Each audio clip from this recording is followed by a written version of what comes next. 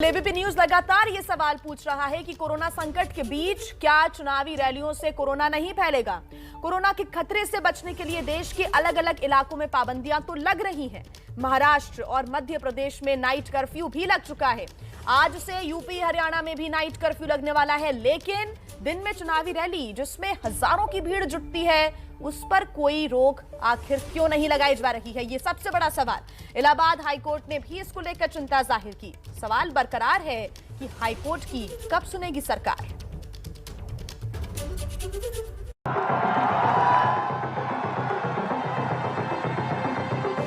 जिंदगी जरूरी है या जनसभाएं? रैलियों पर रोक क्यों नहीं लग रही?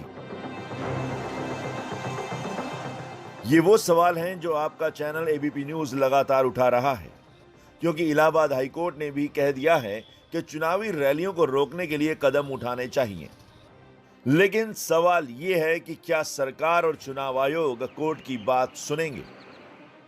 जो 21 दिसंबर को भारत सरकार ने मानक टेम्पलेट जारी किया सभी राज्यों के लिए, और उसके बाद राज्यों की बैठक कर उन्हें समझाया कि इसका इम्प्लीमेंटेशन कैसे किया जाना है, उसमें ये भी लिखा हुआ है कि जो लार्ज गैदरिंग्स होती हैं उन्हें कैसे रेगुलेट किया जाना है। जहाँ तक माननीय उच्च न्यायालय का प्रश्न है या माननीय निर्वाचन आयोग का प्रश्न है, उस पर हम आप सहमत होंगे कि इस मंच पर कमेंट नहीं करना चाहेंगे।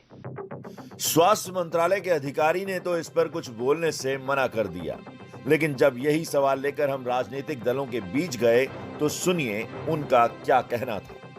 कौन सी जगह में किस समय कुछ पॉलिटिकल एक्टिविटी होनी चाहिए या नहीं होनी चाहिए, ये सरकार इस पे निर्णय नहीं लेती है।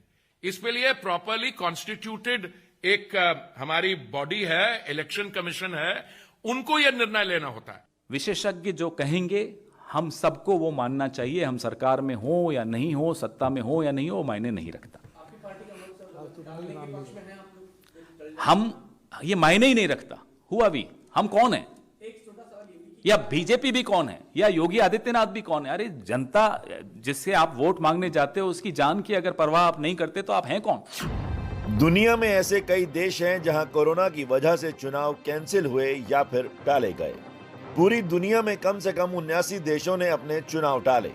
57 देशों ने कोरोना का कहर कम होने के बाद चुनाव करवाए।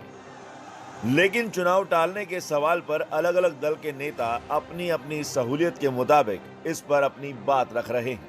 अभी हमारे यहाँ केसेस निकल रहे हैं। ओमिक्रॉन का कोई भी केस नहीं निकल रहा है। ओमिक्रॉन का केस निकला था करीब हफ्ता 8 दिन पहले, जो अब नेगेटिव होके अपने घर पर है।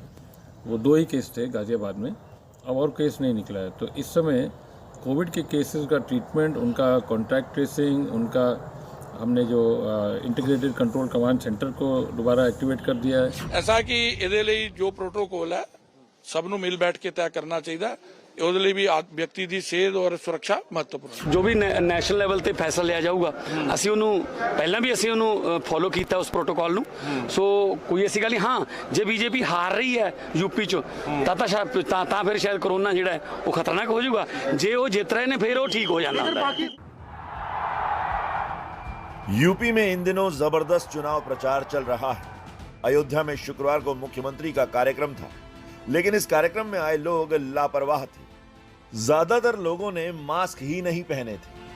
आज योगी आदित्यनाथ गाजियाबाद पहुंच रहे हैं। वो शाम 6 बजे से कालका गढ़ी में रोड शो करेंगे। गाजियाबाद के कई इलाकों में उनका रोड शो गुजरेगा। सवाल यह है कि क्या इस दौरान कोरोना नियमों का सख्ती से पालन होगा?